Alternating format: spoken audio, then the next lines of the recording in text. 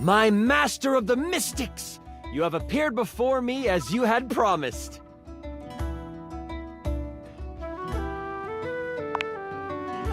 I'm so glad you're here. I knew you wouldn't let me down.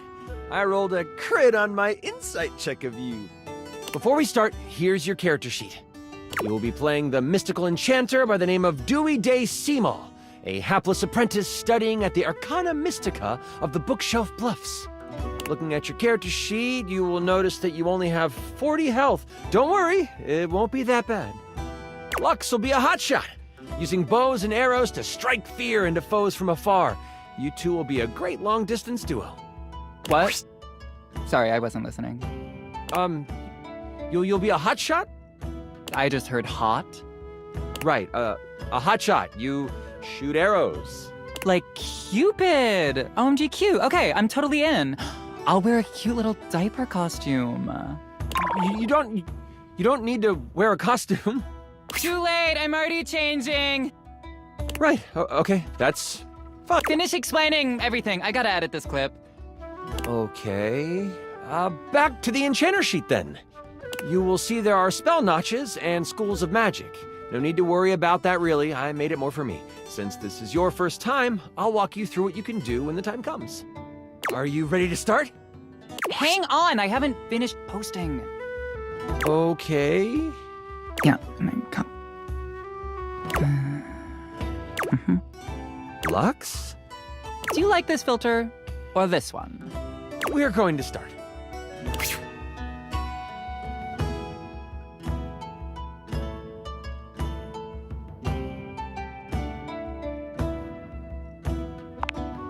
I love it. We start our adventure in the study of your mentor, High Enchanter Melville. She is an annoyingly proficient enchanter, and you are lucky to study under her. Only Enchanter Melville is also a hoarder.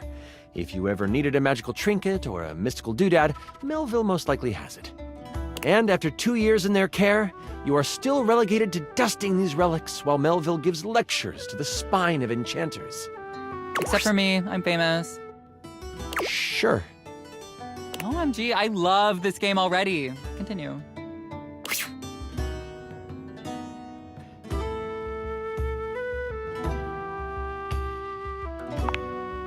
The Spine is a group of enchanters that govern the magical world. Melville is one of the foremost researchers and often presents new discoveries to the Spine. You've been doing some magical research on the side, but you have needed some equipment that Melville has to actually get it done. With Melville in conclave for at least another 3 hours with the Spine, you choose now as the time. You go over to your sack of possessing, an item Melville knows you shouldn't have but allows, and you pull out your latest experiment. You found a lamp. Only it doesn't seem to do much. At least, not yet.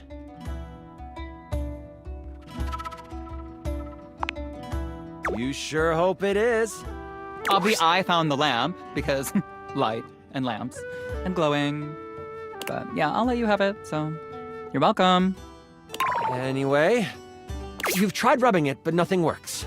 But surely there is something here that will awaken whatever is inside. Looking around this cluttered study, your eyes fall on a few things that might help you.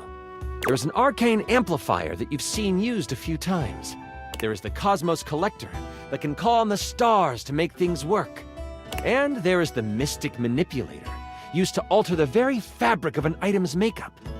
Which do you use?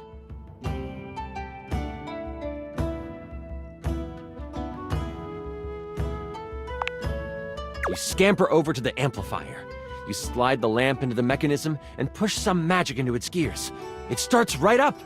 It doesn't take long for the lamp to react to the device. First, it starts to glow. It takes on a warm copper look. But then, it starts to shake. Slightly at first, but then... boom! An explosion of magic rips the device apart, and white smoke consumes you. Some of the glass catches in your skin, and you take 5 damage. I roll to avoid the damage. What does a 1 mean? That's a critical failure. Okay, well, I just asked because I didn't roll one. What did you roll? The number that avoids damage to my freshly applied makeup. You wave your hands, clearing your vision, and that is where you see it. The lamp, on the ground, broken in half. And floating above it, with beautiful purple skin and muscles that just won't quit, a djinn. You've done it! You released the djinn inside of the lamp! So, you the one who went off and set me free and all that?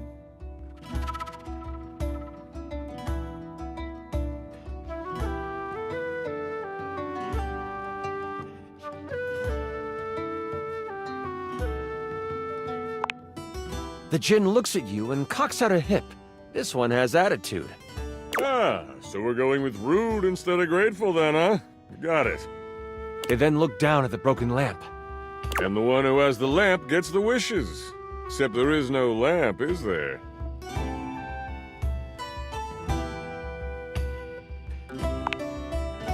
I'm good. Thanks for the jailbreak. And with a whirl, the djinn flies out the window and towards the woods. You realize that this is bad. Oh my god, can I just say that this is like terrible writing? Like whoever wrote this did like a terrible job. No offense. You do know I wrote this one shot, right? Wait, really? Oh, wow. Okay, yeah, and I was totally joking. Because it's so creative and original. Do you mind? Wow, relax. I am just trying to give you a compliment. Moving on.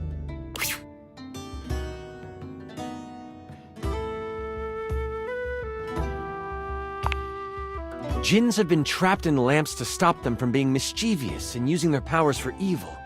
You have unleashed a great force into the bookshelf bluffs. All of the most powerful enchanters are in conclave for the rest of the day. And if High Enchanter Melville finds out you let a djinn loose, you might as well kiss your education goodbye. What do you do?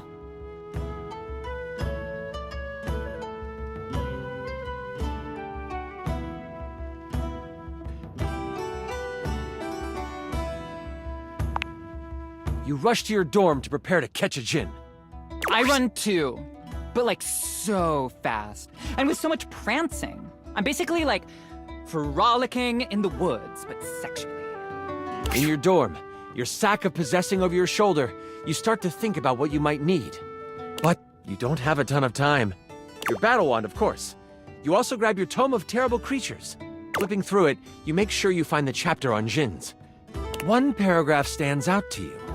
It's about metal and the way djinn react to it. It's something to come back to. Oh, don't forget your ringing rock. Someone might call you. You know you can't hesitate for too much longer, so you decide to grab one more thing. Do you want the large red mystery potion? Or there is a box with runes sketched into it. It looks like your roommate's. But it also looks powerful. Maybe this will help? Which do you take? You grab the box and shove it inside your sack of possessing. You have no time to figure out what it is right now. You quickly head out of the door and toward the woods. You get to the edge of the woods and it isn't hard to figure out where the djinn went. A path of trees has been bowled over. The funny thing is, the path seems to be heading toward a very specific location. It is headed for the hut of the groundskeeper, Moise. Moise is a bumbling old fool, but has a good heart. If anything happened to them...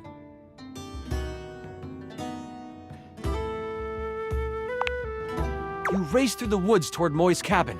Right on the edge of where Moi's cabin would be, you see Moise. They are tied to a tree, but they aren't resisting. A tiny gnome, Moise has always been kind to you. They snuck you herbs you needed for your experiments and may have helped you destroy evidence of a failed enchantment before. I set up a drop shipping store for the gnome, leveraging my brand. And because of my incredible popularity, I offer him a 98.2% distribution split. Anyways... I call it Zodiac Herbs for Astrological Abundance. and we make a ton of money.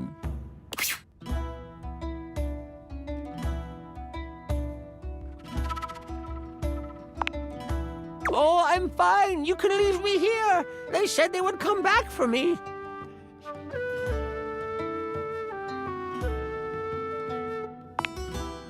Oh no! My tools! The trowel told me they would come back for me. It's my trusty trowel. You start to think that Moyes has lost their mind when you suddenly see something from the corner of your eye. It's a spade, except with arms and legs. Following behind that is a shovel, a rake, another spade, and the aforementioned trowel. They are taking pieces from Moyes' cabin and leading them into the woods.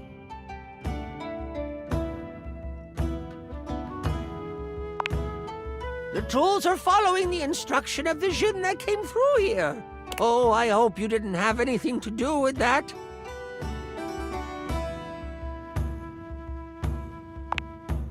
Hang on, wait, nobody would ever actually do that. That is, like, totally unbelievable. Oh, well, that isn't good.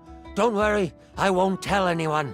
The djinn might destroy us before we even get the chance. All I know is that the tools need my shed so they can build a throne for the djinn. They might be able to lead you to the djinn. What do you want to do?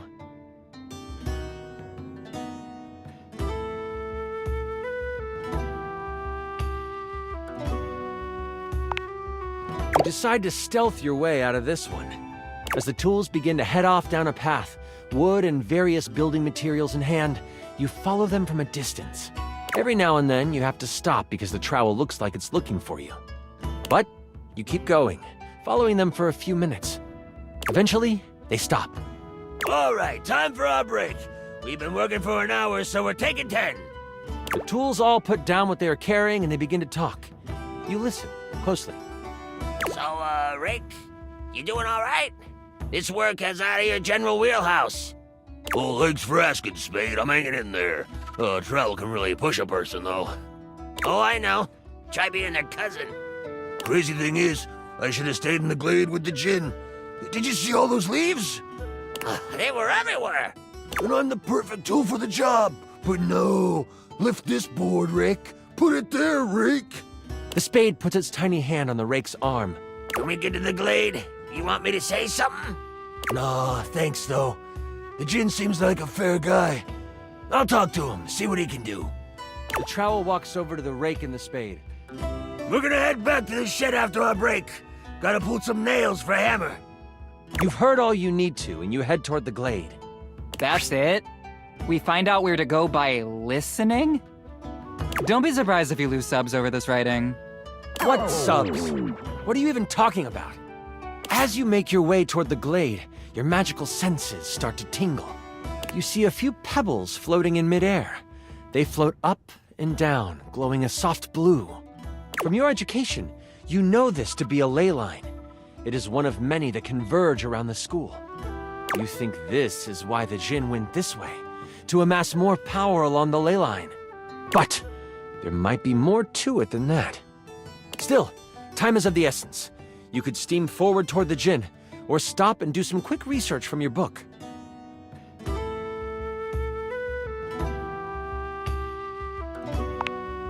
Books are like sexy boob covers. I use them when I want to look like a librarian.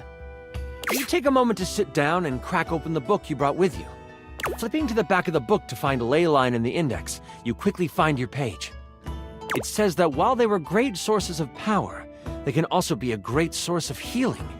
You find a ritual of rejuvenation and you partake. You have gained an additional 15 health. What do I get? Can I have some additional likes? I feel like my ritual of foot picks should give me something, right? Nothing else in the book really helps you, but at least you feel more prepared for what is to come. With your sack on your shoulder and your wand at the ready, you venture toward the glade. You travel for another 10 to 15 minutes. It is then you see it. A glade surrounded by trees and, in the middle of it, the djinn. He is feeding off of a ley line. Behind him is a half-constructed throne. As you contemplate what to do, you hear a magical tone. You search for where it is coming from. Oh, your ringing rock. Oh, I get it. The rock is like a phone. And after you're done with it, let me have it for a bit. Then we'll be able to get some real powers. You quickly search your sack for the ringing rock and answer it in hushed tones. Oh, there you are. Where are you right now? That voice is one you would never forget. High Enchanter Melville is on the other end. I've come looking for you. I need you to help me in the lecture hall. We made a bit of a mess. You weren't in the study, so I figured you are done with your chores.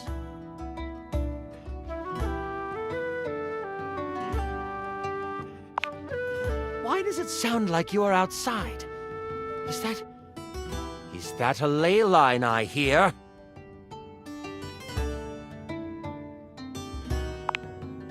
You know that Melville isn't the biggest fan of lying. You have a choice to make. Do you come clean? Or do you hide the truth from your mentor? We all know what the answer is here.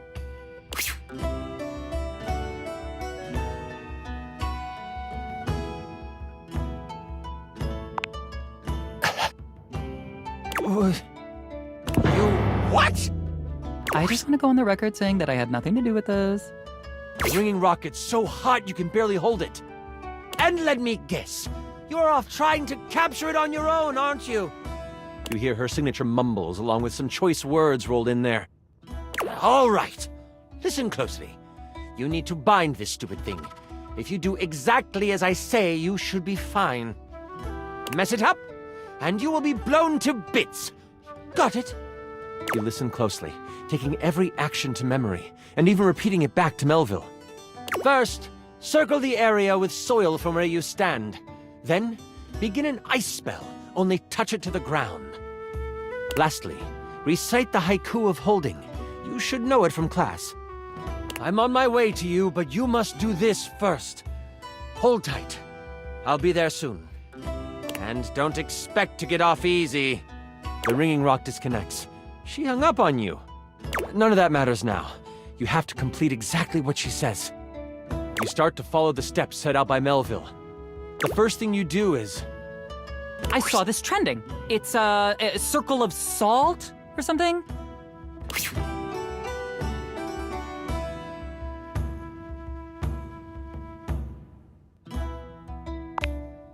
You grab a pile of soil in your hand and, staying tucked in the trees, complete your circle.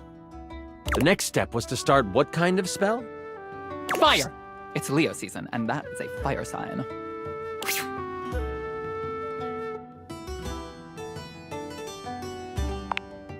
The bitter cold pulses through your finger. You touch the dirt and hear it snap together. Now, the last step. What did you need to recite? This is a weird, hard magic system. I don't like it. Do you, chat? There is no chat!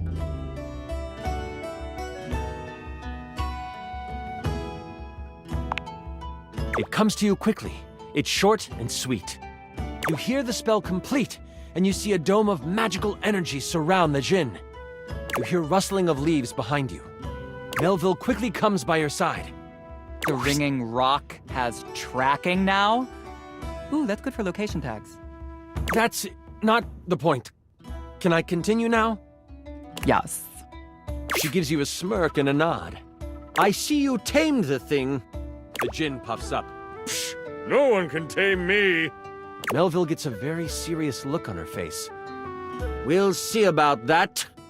Stepping toward the djinn, Melville holds something in her hand. It's a lamp. Not just any lamp.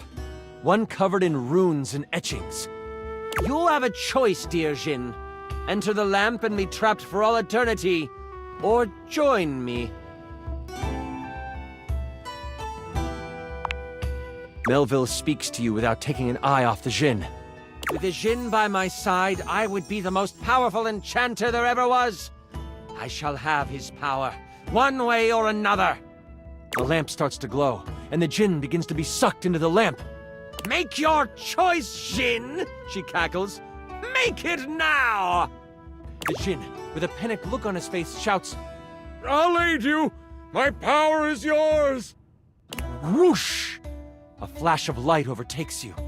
You can't see, but you can hear energy most intense flying around. Before you floats Melville, but she is huge. The Jinn has fused with her, and she lets out an evil laugh. Before I go on, I should tell you, this is the part where I would, like, monologue as Melville. Is it cool if I do that? Yeah, totally. I'm gonna monologue too. Oh, for heaven's sakes, Lux! Do it in another room at least. Fine.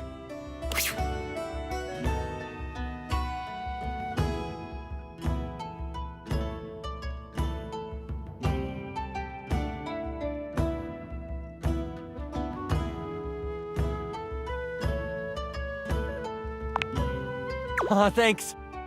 Melville lowers down onto the ley line, seeming to sniff the air that radiates with power. I know you can sense it. The power this place holds. These grounds hold a wealth of energy. Energy that could have us enchanters rule the entire world. Mold it into our image. Could you imagine if every place was as ideal as Bookshelf Bluff? A place where learning was the only goal? It would be glorious, wouldn't it? If only we could make that happen. Oops! We can! The thing is, we've always been able to. But the idiots of the Spine want to make sure we use our magic for good. What good? The world is full of evil all around us. From the Shoelace Shores to Cantalopia, evil is everywhere. But we can make it ideal.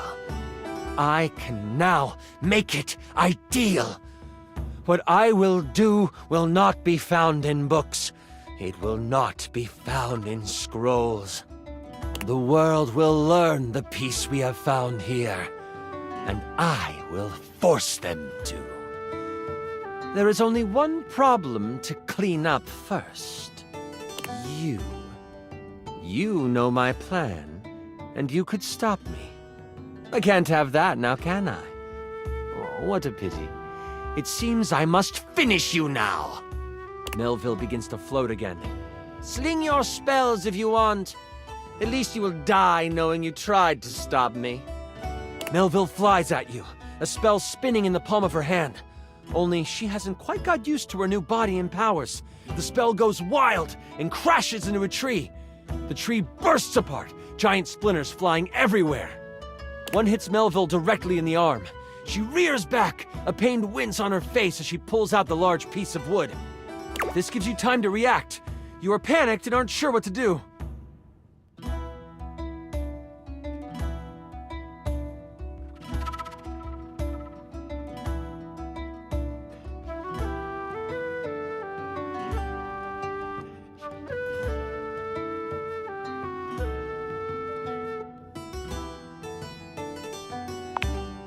You sprint for the lamp Melville left on the ground. Upon touching it, you see it is covered in runes. A quick scan shows you they are runes of capturing. Put that down, Dewey! You don't know what you're doing with that! Melville is scared of this thing. What do you do?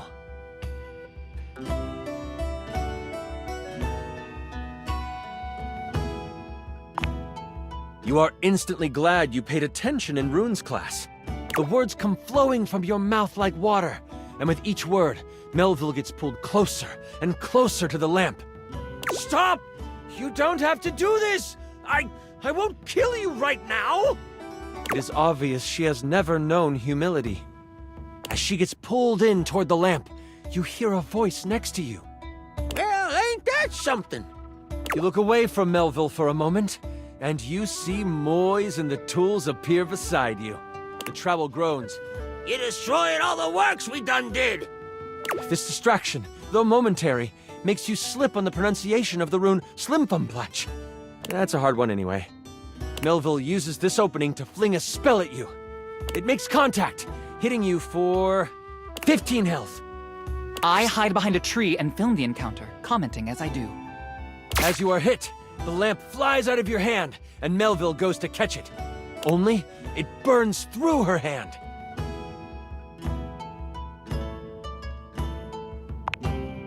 The memory of the tome comes back to you. Good thing you have metal tools right next to you.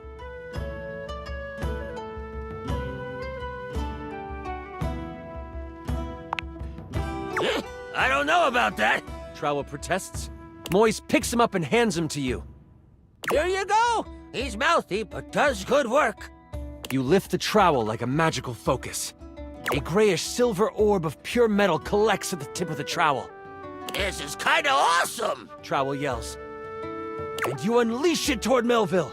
It rips through her, leaving behind a ring of smoke where it made contact. You've never done metal magic before, so you aren't sure how to summon it quickly. This leaves enough room for Melville to counterattack. With a flash of blue energy, she hits you with an arcane lance. She is still reeling from your hit, so it only hits for 5 damage. You stagger back, pushing through the pain. You lift your eyes toward Melville, and you see the other tools rushing her. Lux, are you going to help? Someone has to live to upload the tale. I'll be back here. They get a few swipes in before Melville starts to grab them by the handle and snap them in half. In that moment, as if by magic, Moise appears. Oh, this doesn't look very good. Moise lifts a hand, and vines fly out of the ground to wrap around Melville. It looks like it's holding, until... Kaplow! The vines are thrown off and burst into flames as they hit the ground. Now I have to kill you too! Die, Moise! Melville charges up an energy attack. You have a moment to react before it flies. You have enough spell notches to do your ultimate attack, or maybe a higher level metal spell? Or there might be something else you want to do. You sense something, a pulsing of pure energy. It's the ley line from before. Scanning quickly to find it, you sprint for it, running past Moise and drawing the attention of Melville. As soon as you reach it, you shove Trowel into the ground, breaking open the earth further.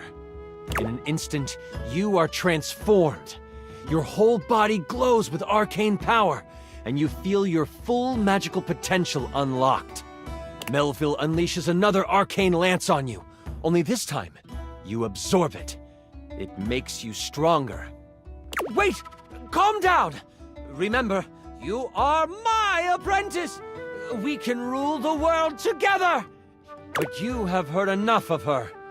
With your hand pointed at the ground, you call forth the very metallic minerals of the dirt. They quickly form a giant harpoon of metal. And as you unleash your ultimate attack, Arcane Eradication, you feel your power drain from the ley line. But that's okay. Why? Because your attack strikes true. The giant spike slams her against a tree, pinning her to it. Melville cries out, the spear of metal crackling and sizzling as it works through her. If I could, I would flunk you! But she can't. Slowly, her body melts into a pile of arcane goo. It seeps into the ground, joining the bubbling magic that lies under the surface on the ley line. You have cleaned up your mess. As you run back to campus, you mentally call dibs on all of her cool stuff. You fought and defeated an evil djinn. With your mentor gone, you are unsure of what your future at the school holds. As you walk back to campus, exhausted and excited about the many tools and trinkets in Melville's office you can claim, you wonder if your days here are numbered. But as you walk towards the main doors of the school, you see a member of the Spine waiting for you. Moise, by some magic they will never reveal, has beat you there and stands beside the High Enchanter Jefferson. I hear you took on a djinn and won.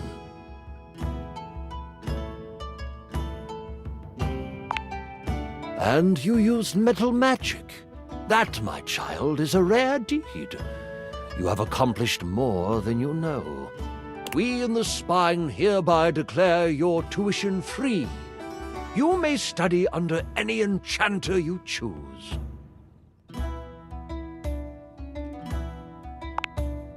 The hero of Bookshelf Bluff must be trained up, for you have the makings of the most powerful enchanter to ever live. We shall foster your potential. And with those words, a smile appears on your face. This is not the last time the hero of Bookshelf Bluff will be asked to sling a spell for the protection of the school. But that's another story. And I went on to be the most famous, sexy, popular, sexy, smart, popular lamp in Bookshelf Bluff. Right? I just... Perfect, thank you. You were amazing! The way you just... Sorry. I'm just so excited with how much fun we just had. I'm floored by you. Listen, that was pretty much perfect for me. You are pretty much perfect to me.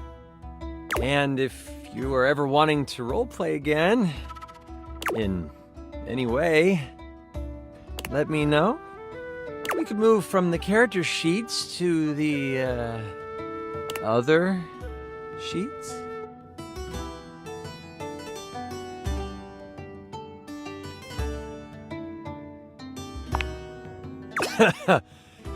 Yeah, I'd like that.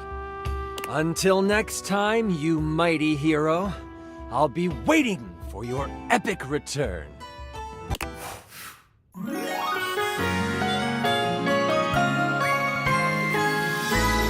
Holy crit!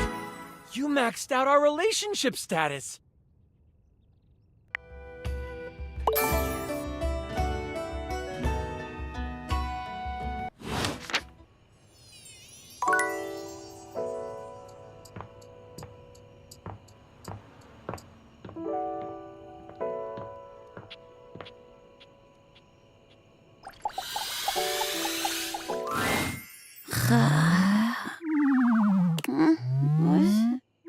Your order's ready, Mr. Davenport.